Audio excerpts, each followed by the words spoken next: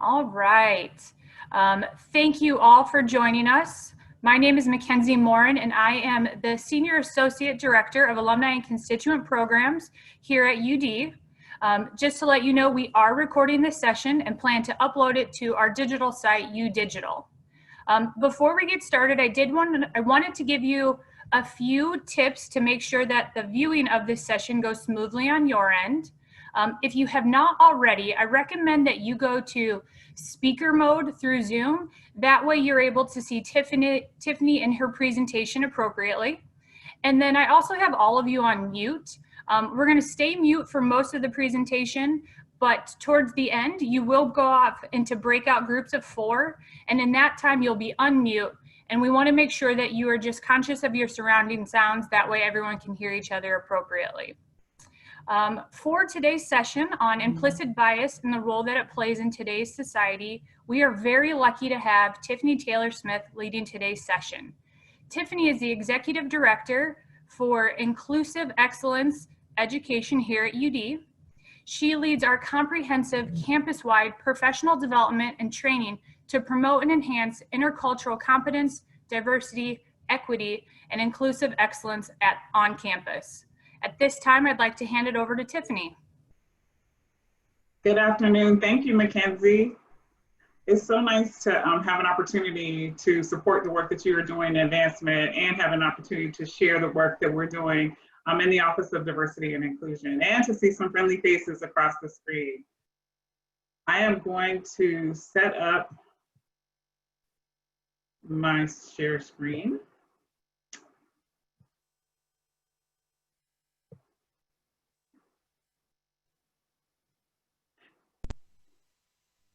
And the focus of I'll focus on our time together, but I also just want to give you a little bit of background about me. I'm actually a native Daytonian, grew up in the city of Dayton, K through 12, Dayton Public Schools, and graduated from Alter, and then went to the University of Rochester in upstate New York, where I finished with a bachelor's degree in psychology, then went to work for Procter & Gamble in sales and marketing in the Northeast. I spent most of my career in Boston, New York, New Jersey, and in the middle of that, did my master's degree in education at Fordham University, and then came to work in Cincinnati. My last 3 years I spent in diversity, equity, and inclusion and training, and that was a big opportunity for me to really get my teeth into what this is all about and really understanding this notion of managing inclusion. And in the midst of that, really decided that I wanted to do diversity work more than I wanted to sell Tide, and thought, you know, this is a good time to transition. So after 10 years with Procter & Gamble, I left to consult, to start consulting and launch my own company and move back to the Northeast. And then 3 years ago, actually it was 3 years Monday, I had an opportunity to apply for a position at the University of Dayton, which I will always, and I tell students when I talk with them, you never know where God has your path lined up, and didn't think that I'd be back in Dayton at all, but the job opportunity was perfect, and it was time, and I knew, and it was very clear that that was something that I should pursue. And I've been fortunate to be doing this work here at this time over the last 3 years in an inaugural position, in an inaugural office, for the last 3 years. So that's a little bit about me. And what I'd like to do is take you through, and this is as we are all learning how to navigate in this Zoom world. I'm very much a speaker who enjoys engaging with audiences and energy that we get. So I'm gonna have the faces up that I'll see and kind of gauge your energy. And this notion of implicit bias for some is new. Some people are somewhat starting to learn about what this thing is and how it impacts each of us. And I always tell people, you know, as I get started in this conversation, if you breathe air and drink water, you have a bias, or 2 or 10 or 50 or 100. And in some ways, it may depend on how old you are. It may not. Huge indicators around where you grew up and who you grew up around. And I'll talk more about that as we get into this. So before I get too started, I just want to take a few moments to give you a sense for what it is that we're going to talk about, what you'll hear me talk about, and then I will give you time to engage with some folks towards the end of the presentation. But I want you to begin thinking about your cultural story. When I do this exercise, there's an exercise I take you into, but given our time, I'm just going to briefly walk you through it, and then you kind of start to reflect on it, and I'll give you a little more time towards the breakout to really think more about it. So as you think about your own life, your cultural story, what are the things that are most significant to how you see yourself? Whether it's based on your religious identity, your gender, your family, your race or your ethnicity, your work, your profession, the things that you volunteer for. What are the things that are most significant in terms of how you see yourself and how you see your life? So as you think about your cultural story, what is that for you? I'm also going to talk a little bit about the work that we're doing around diversity and inclusion. I'm going to take a couple of definitions that I want to share with you, which kind of lay the groundwork for us to be able to engage in this conversation. Then we'll go straight into implicit bias, and then we'll wrap up. So it's almost like speed dating, but hold on. As we engage in this, it's so important for me to kind of lay what I call conversation norms. And granted, you're listening to me for the first 20 minutes or so, but I will invite you to engage with some folks who are joining us this afternoon. So one, staying engaged in the breakout group. Hopefully everyone will feel as though they want to contribute, but also make sure that you're hearing the other participants' voice as much as you're hearing your own. Be patient with self and others. These conversations are not always easy to have. And particularly in the current climate that we're in right now, where we're really trying to make sense of what is going on in our country. What history have we not been taught? What history have we been taught? In what ways is it informing how we are seeing each other? And the judgments that we may be carrying in our brain that impact how we respond in certain situations. So I invite all of us to be patient, to listen, and to really try to understand the other person's perspective.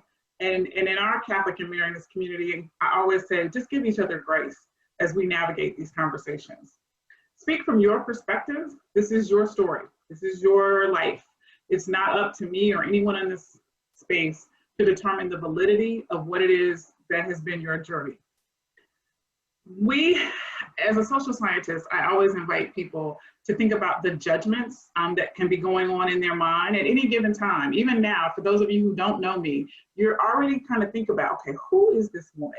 And you're looking at me. There may be certain things that you're making thoughts around just visually, judgments that are going on up here. Even when you go into your breakout groups, you'll develop judgments about the folks who are in the group with you.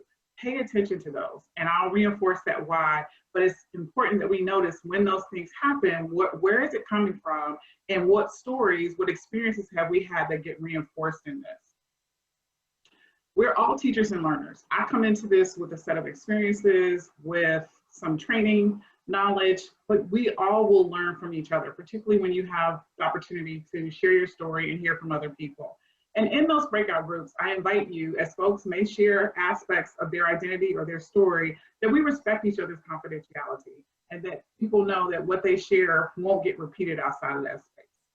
So those are just a couple conversation norms for us to take into consideration. When I talk about this work, and generally whenever I talk about implicit bias and thinking about teams, I love to use the reference of the iceberg.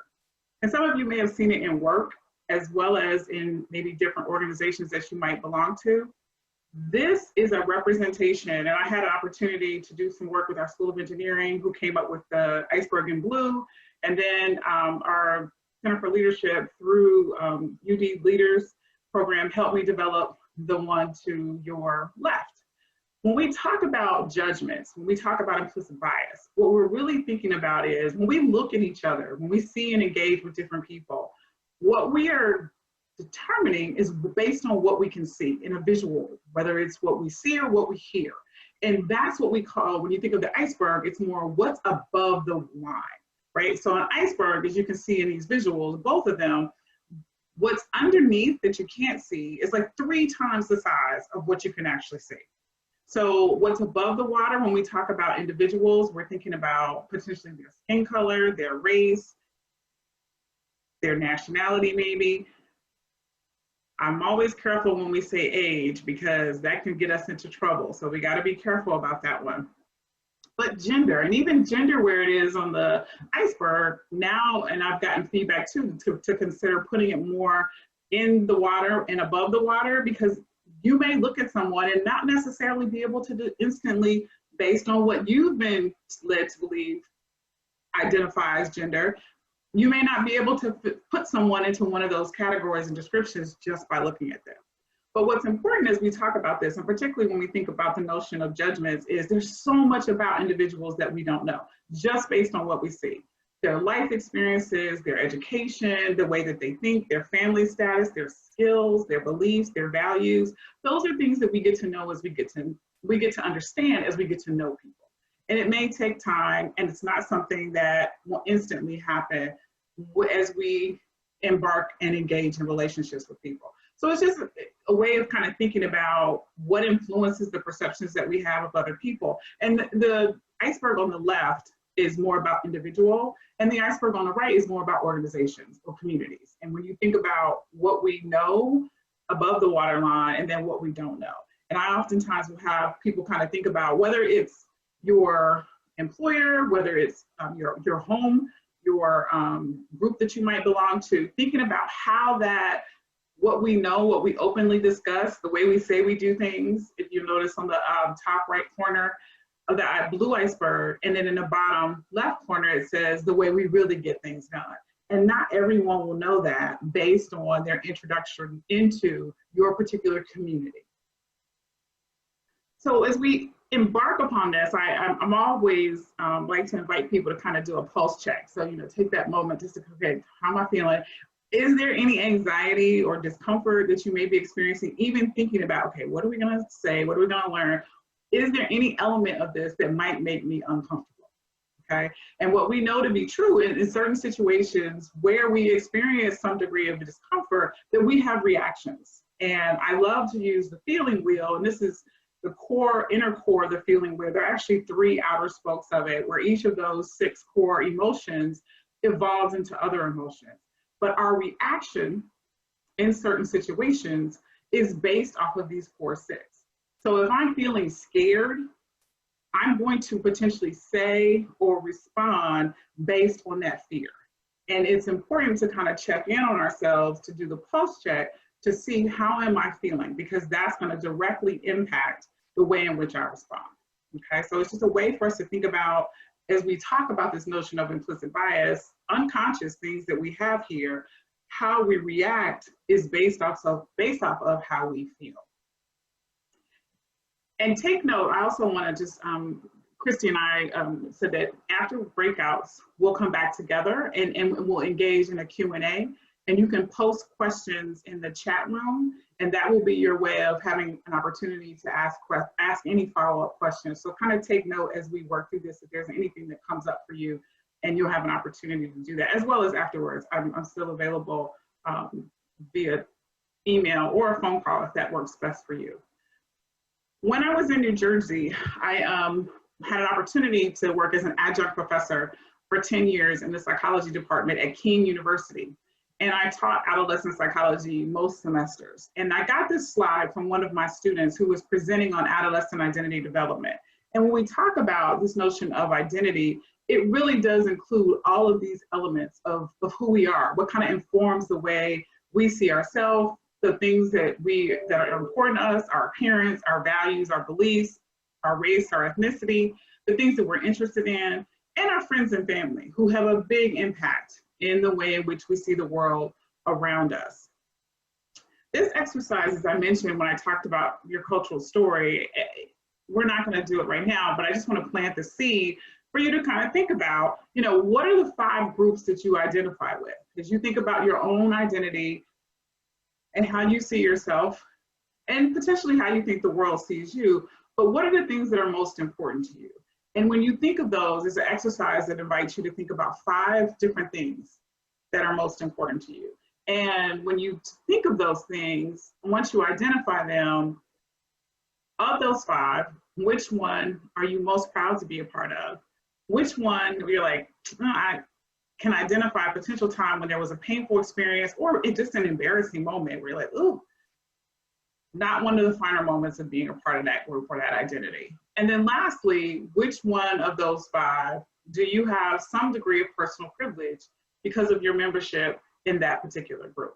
So it's just an exercise to kind of get us thinking about my own identity and how do I show up in the world and what have been the things that have contributed to who I am as a person. So when I talk about this notion of your cultural story, really giving you a moment to kind of pause and think about who am I and what are the things that are most significant to me, okay? I want to take a few moments just to talk a little bit about what we're doing at the university as it relates to diversity, equity, and inclusion, and how this fits into this notion of the university for the common good.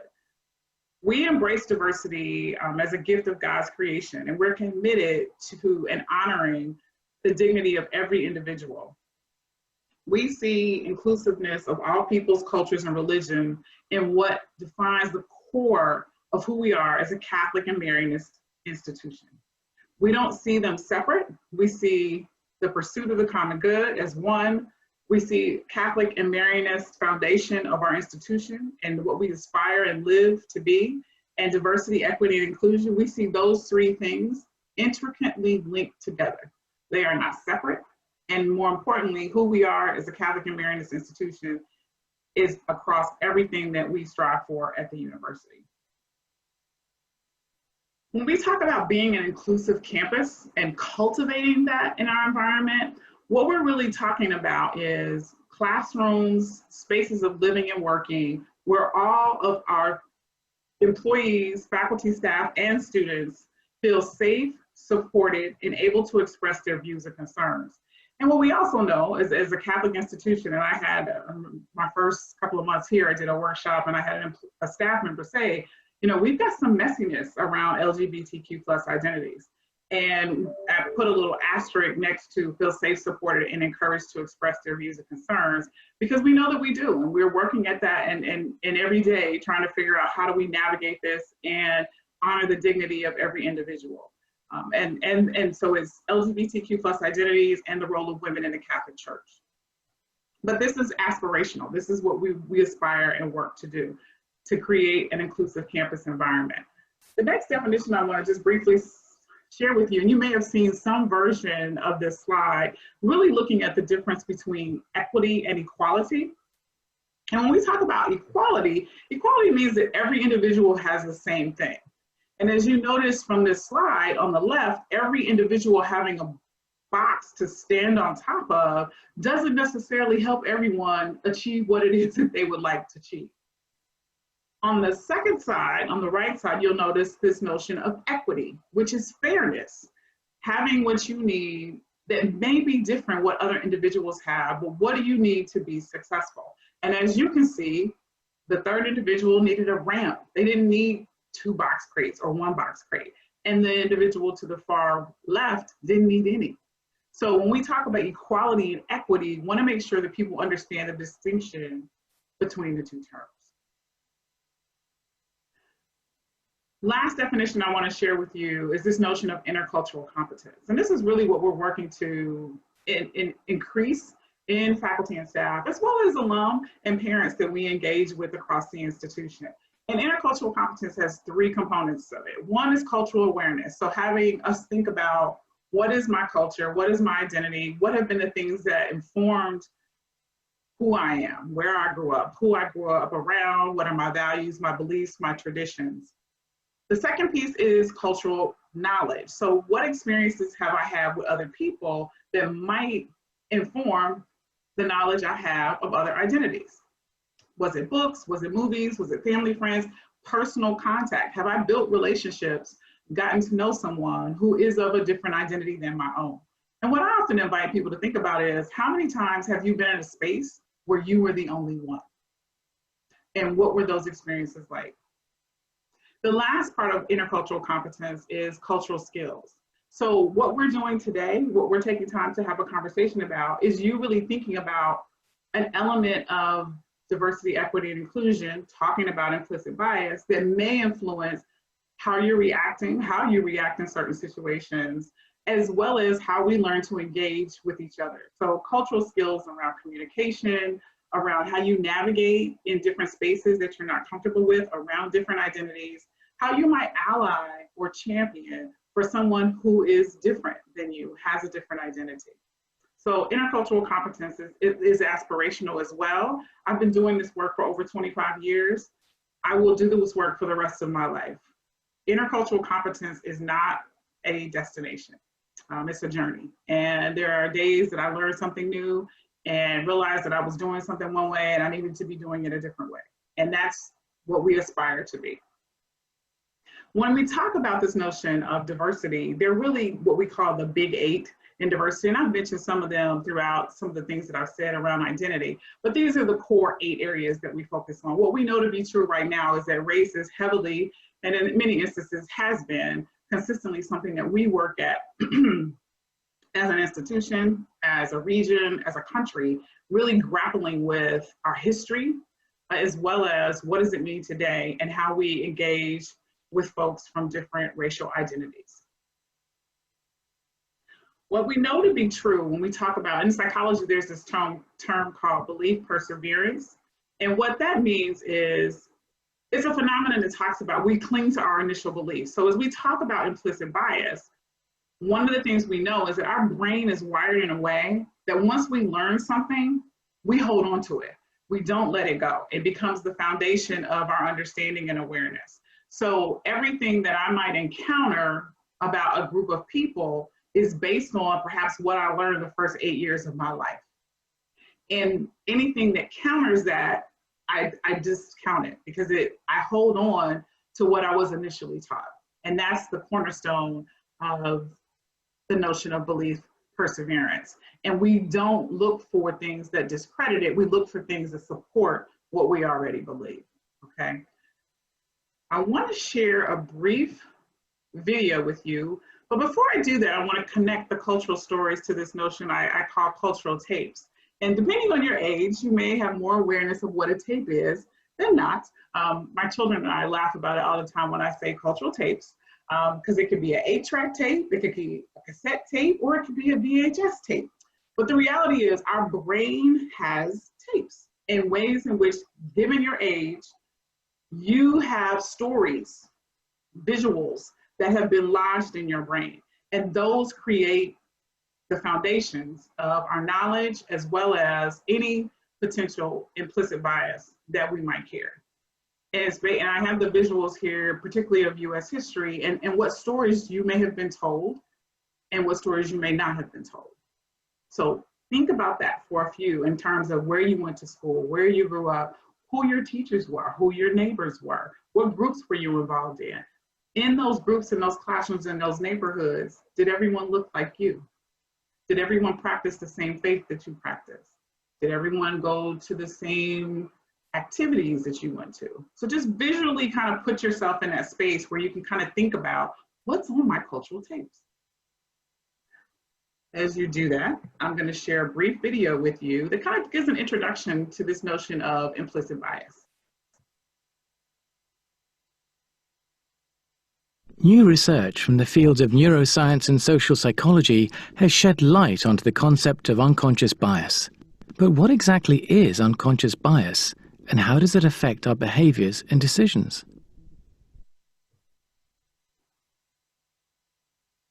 Unconscious biases are simply our unintended people preferences. They are formed by our socialization, our personal experiences, and the representations of different groups in the media.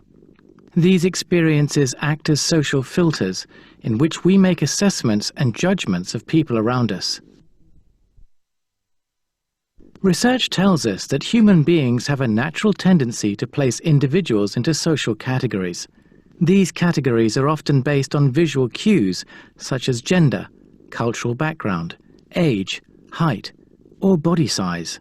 We also categorize based on social background, job roles, religious identity, or political affiliation. The unconscious brain uses associations based on social categories to develop biases.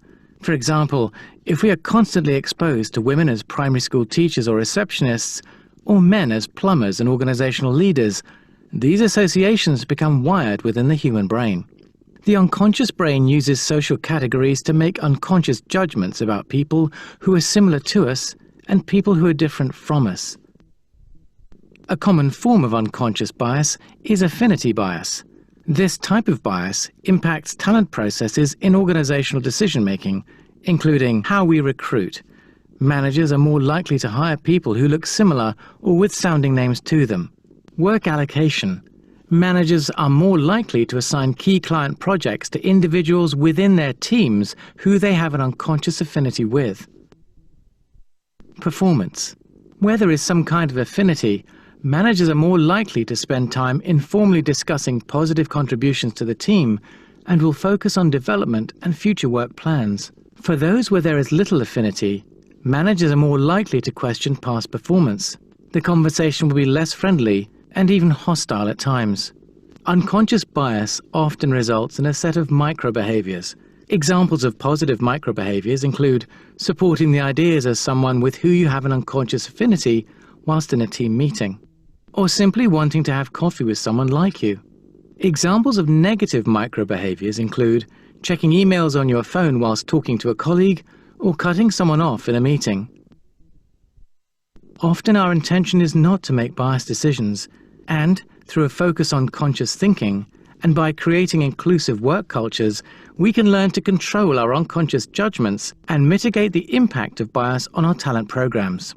For more information on the nature of unconscious bias and how to mitigate its effects, contact ENEI, www.enei.org.uk. info@enei.org.uk. Okay, we don't need all that. That goes on forever and ever about ways to connect with them. So I can make this presentation if this is something that you're interested in. You can follow up with Mackenzie to actually get a copy of it. So what I want to do is just share a little bit more as we talk about this notion of unconscious bias. Again, it directly links to what you experienced, whether it was personal in terms of personal contact with other individuals, as well as what you were taught or not taught. So it could have been reinforced. The example I often use, and I'll tell people, implicit bias. So I work in St. Mary's Harl on campus. And oftentimes I find myself in my office there past 5 o'clock.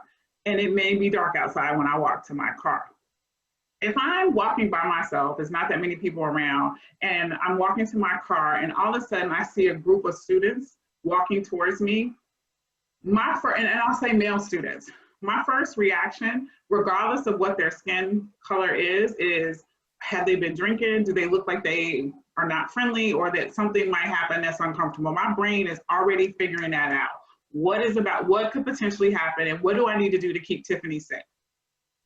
My brain does not care about their level of sensitivity if I walk back in the building or if I get on my phone and call security. It is really focused on what do I need to be safe. Now, I'm going to take into consideration a couple of indicators. Do they look like they could cause harm, or they're up to no good? Are they saying something that might make me uncomfortable? That's the job of my brain. And when I talk about that explicitly, I'll show this diagram. And I always say I'm a social psychologist. I am not a neuroscience person at all. So don't be intimidated by the big brain that's got all these pieces and parts here.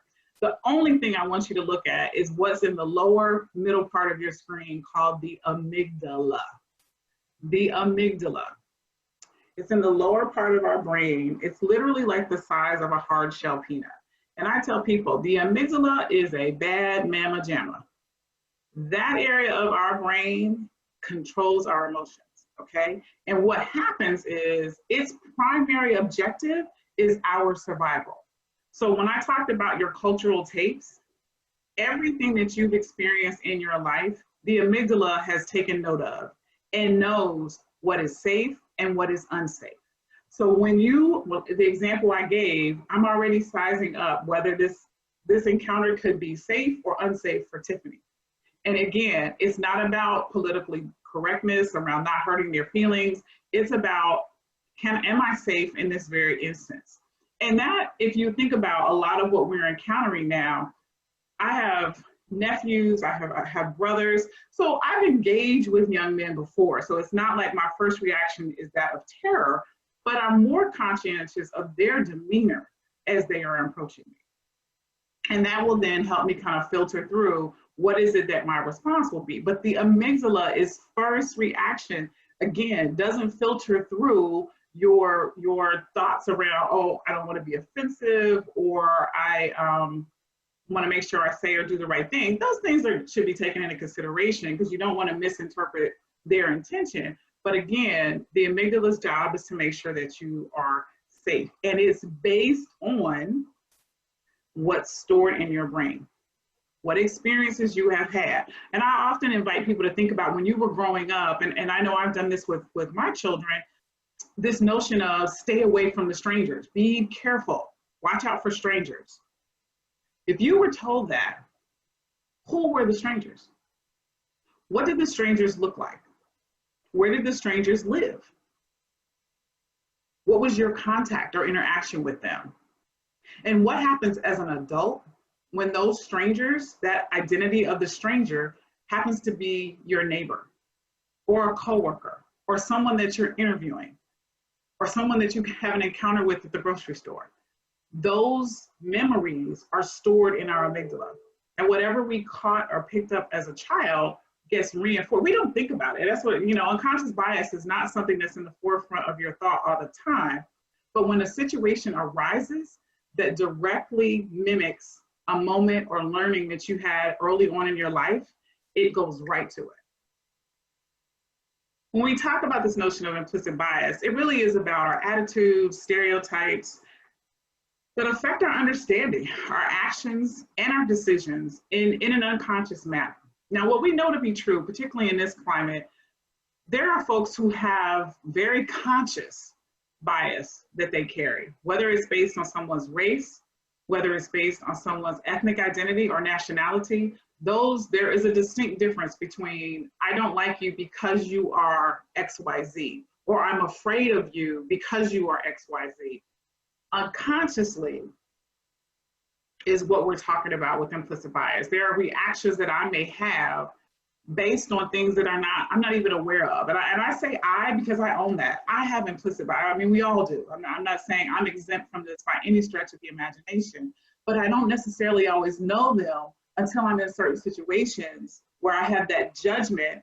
I invited you to think about that at the beginning, that comes up in the situation is like, oh, that's what that is. Whether I'm in the grocery store or I'm in the mall or I'm at a park and I see someone and I have this judgment come up and it's like, oh, Tiffany, where did that come from?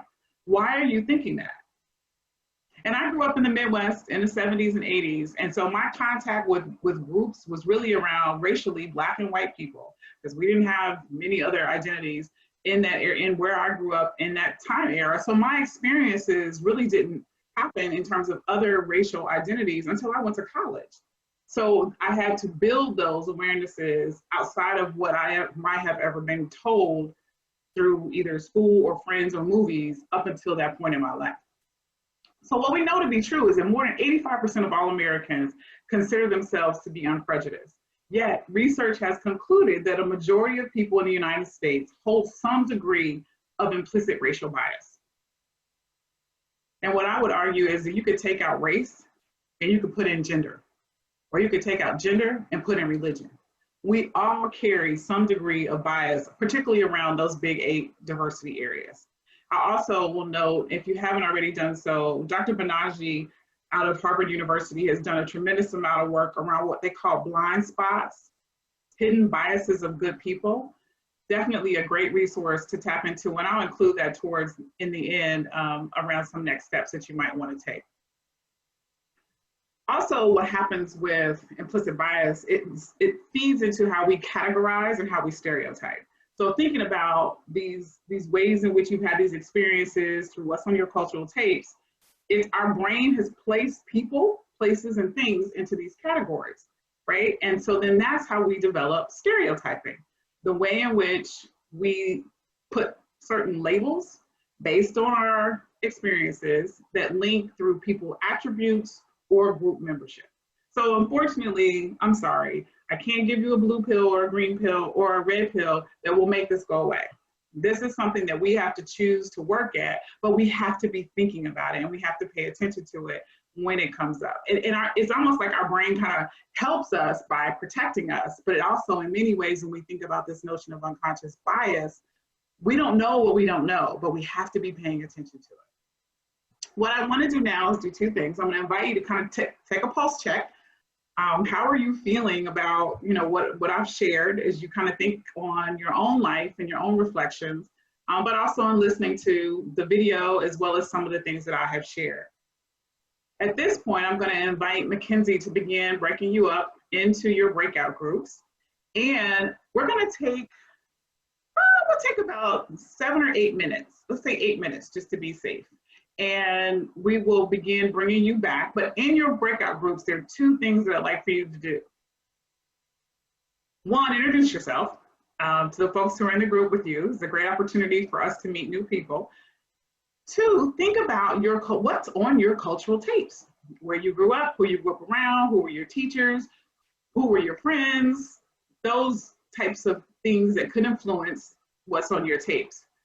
And then how might you have some unintentional unconscious bias that you didn't even necessarily think about based on what your lived experience has been? Even if you think about those strangers, who were the strangers and how have you had some thoughts about that, even in this discussion, or as you aged, grown older in your life, had some experiences that might make that conscious for you, okay? So think about your cultural tapes, how you might share that with the folks in your room, as well as how might you have some unconscious biases based on your lived experience. Okay, we'll take about 7, 8 minutes, and then we'll come back together. You can ask questions, and then we'll wrap up with a couple of next steps and things you might want to take into consideration after our session. Okay, I'm going to move everyone to groups.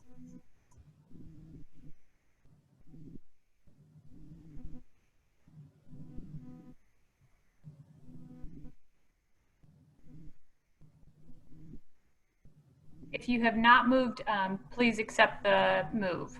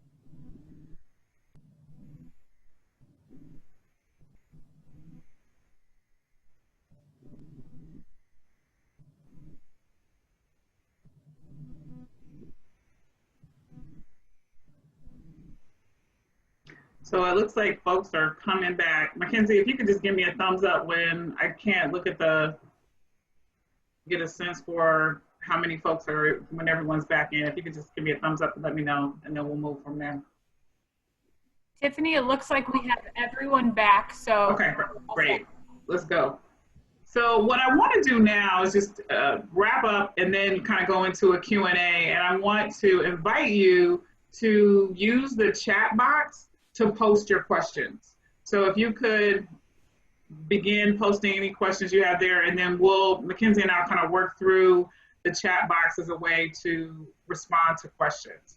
So as we wrap up, I just want to leave you with a couple of thoughts as you think about your own biases and what you might do next. I would invite you to take what was called the IAT. It's the Implicit Association Test. And as I referenced Dr. Banaji's work out of Harvard, this is the test that they have developed.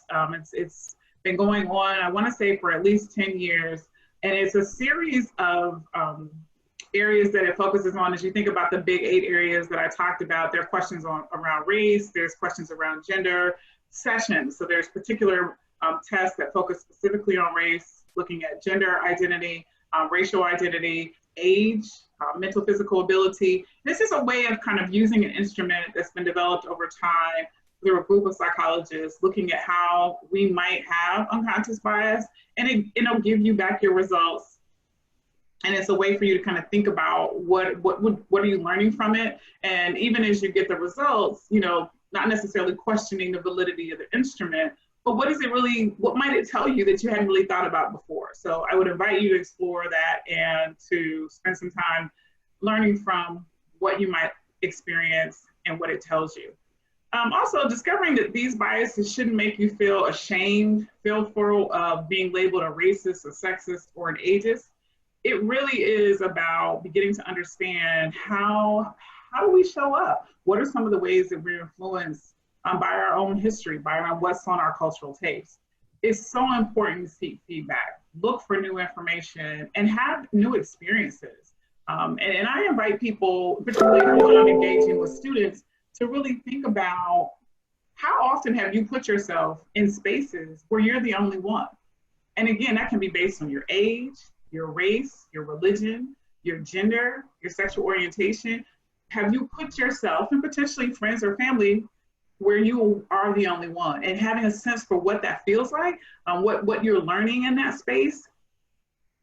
And it's also important to know that we can learn to combat our biases and to de-bias ourselves. It takes effort, and in some ways it may feel uncomfortable. It may feel more uncomfortable for some than others, but there's learning in that discomfort, and that we will get through the other side of it, particularly if you find folks that are either willing to go through it with you or people that you can have conversations about it with and not necessarily feel like you have to do this by yourself.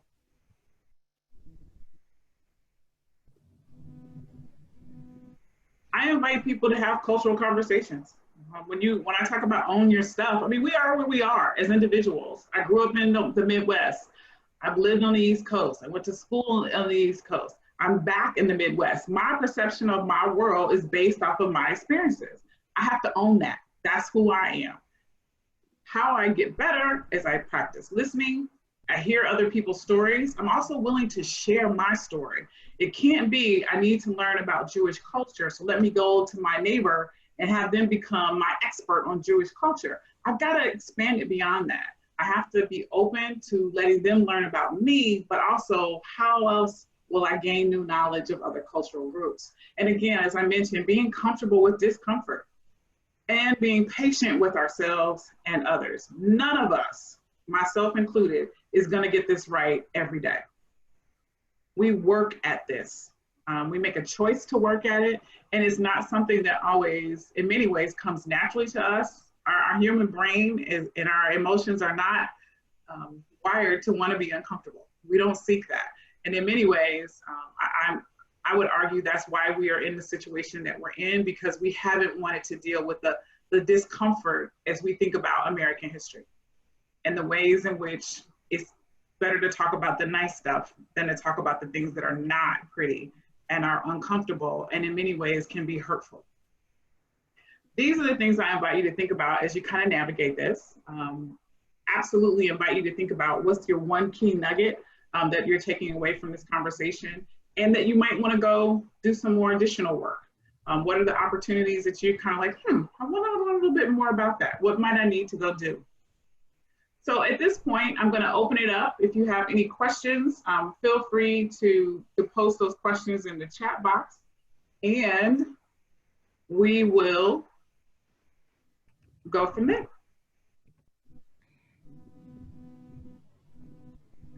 If everyone has access to the chat box, feel free to do that.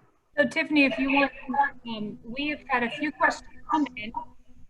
One question was asking, how is this work being implemented on campus with faculty, staff, and our student groups? Oh my goodness, that's we could potentially do another session on that. So one of the things that's primary to my role at the university is to work on professional development for faculty and staff around intercultural competence. So over the past 3 years, we've instituted what we call an Inclusive Excellence Academy, which each academic year offers anywhere from 12 to 16 in-person professional development sessions where faculty and staff is open invitation, and there are different facilitators from across our institution who come in and talk on various topics. So equity-mindedness, our Catholic and Marianist values and intercultural competence, gender bias and microaggressions, understanding what it means to be an inclusive institution. How are we looking at our curriculum? So those are a couple different opportunities that faculty, and there's a list. If you actually visit our website, within the UD website, the Office of Diversity and Inclusion, you can see some of the things that we've offered in terms of programming across the campus for faculty and staff, as well as what we're currently engaged in now on our strategic plan that looks at curriculum, that looks at hiring and recruitment, as well as climate, how we assess climate, and how each department and unit across the campus is working on building an inclusive campus. We also partner with various departments and units across campus as they do professional development within their unit, and will come and do various topic trainings. What you're experiencing now, implicit bias, is one that I have presented across the campus. Also for our students, they've got a couple different ways that they get at this. One is in some of our, it's obviously embedded in our curriculum, in our core academic program, where there's certain courses that all students are required to take, as well as our co-curricular. So for students who are in residential housing, there's certain programs that student development works to provide opportunities for students to come together on various topics and learn about a lot of what I've shared with you here as well. So it's embedded in the curriculum that students experience in the classroom, also in residence halls and across various activities put together by different organizations across campus. And then we're also intentional about work that we're doing through our office targeted toward all communities. And my role specifically is focused on faculty and staff. Thank you. We received another question. Any suggestions on how to express yourself when a friend or family member says something that is concerning or opposite of what you feel? Notice I'm taking a deep breath on that one. And I'm like, okay, what time is it? So I just recently had this conversation with my 17-year-old as we were having a conversation with my brother, who is in his, if he knew I was telling you this, so if you ever see me or meet my family, you cannot tell him that I disclosed this. So this is our confidential space, okay? So, and he's younger than I am, and we were having a gender identity conversation, and it really challenged my daughter to really hear his perspective, which was different than hers, and the way that we have raised her to think about gender identity, and that we love people's hearts and their spirits. And in our homes and in our families, I will argue that those are the most difficult conversations to have. I mean, colleagues and classmates and students and people that we engage with is one thing, but when you talk about your family, that's because it's, if you have a very heartfelt personal belief about something, it can be really difficult to engage with someone that you love who has a different opinion. So let's just call that what it is. And remember when I talked about the feeling wheel at the very beginning, think about where you do that pulse check when you engage with a family member? So what feelings and emotions are you bringing into that conversation? Because that is going to dramatically impact the response that you're going to give that family member. That's the first thing. Check in on yourself when you find yourself engaging in that conversation. And then the second part of that is, what is it that you want from that engagement? Are you hoping that you're going to change their way of thinking, or are you trying to share with them your perspective? I would invite you to not focus on trying to change it, because given their age and their lived experiences, they may not be interested in that. All you can do is share with them your perspective, what has led you to get to that perspective. And preferably, if you've got some personal experiences, particularly with the potential identity that you're talking about, personal contact, relationships that you may have, and what that has meant to you, that's all you can focus on. And reality is, you are not going to change some, you can expose them to it. You can try to help them think about it differently. And in this climate today, and I've had these conversations with so many different people across ages, as well as in different spaces and places, that we have gotten to a point where it's hard for us to have civil conversations. And that's the challenge I think we face, is really looking at what is the civility in this conversation. And it's not about us arguing and you trying to change the way that I feel or I'm trying to change. Can we just listen to each other? I mean, I'll go back to the basic civility. We've gotten away from that. And unfortunately, we don't have leaders in our country who demonstrate that. It's more about trying to force you to see the way that I see, and that you're either on this side or you're on that side. And unfortunately, that is not helping. It doesn't help us. And my fear is the role modeling that does for young people who are watching this. And in many ways, giving the message that it's okay to talk about someone that way, or to shut someone out. And it just sends a really bad message. So even thinking about, as you engage with your family members, who else is in your space observing you engage in this conversation? So one, sharing your perspective, not going into it hoping to change their mind. All you can do is, one, check in on yourself. How are you feeling in that space? Being able to share your perspective, and do it in a way where I may have to love you through this, and just love you from a distance on this particular subject. And I say that truthfully from a personal experience, that we may not come to agreement on this, but I can hear your perspective. Prayerfully, you will hear mine, and we'll have to determine where we go from there. Is it just something that we just don't talk about? But I can role model behavior around being inclusive and trying to understand other people's lived experiences. That's a class. That's a separate session on how to navigate those conversations. And we're actually working on that to be able to have something available for faculty and staff in the fall that talks about courageous conversations. Yes. It is fun. And so at this time, we are going to wrap up our meeting, but I want to thank Tiffany for leading us on such an important topic, not an easy one. And so thank you all as participants for being open-minded and being willing to discuss your thoughts and opinions with each other. We will add this to our UDigital site. Give us, early next week, and it will be available out there. But check your emails for upcoming events that we'll be hosting. And thank you again. This was a great opportunity to host you and have you participate. So have a great afternoon. Thank you. Thank you.